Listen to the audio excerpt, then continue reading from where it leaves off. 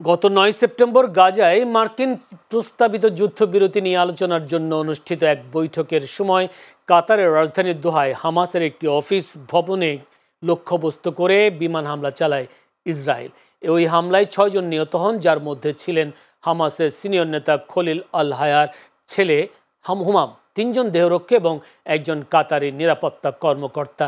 ইসরায়েলের হামলার প্রায় ১ মাস পর রোববার কাতারের সংবাদ মাধ্যম আল আরাবিতে আগে রেকর্ড করা এক সাক্ষাৎকারে ইসরায়েলের ওই হামলার বর্ণনা দেন এবং নিহতদের কথা উল্লেখ করেন। খলিল আল হায়া বলেন, নিজের কাছের মানুষ হারানোর বেদনা গাজা উপত্যকায় হত্যাকাণ্ড এবং ধ্বংসযজ্ঞ থেকে বড় নয়।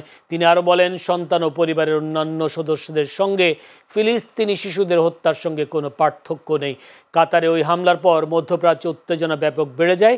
এছাড়া কাতারও গাজা যুদ্ধের আলোচনার মধ্যস্থতা থেকে নিজেদের ফিরিয়ে নেয়।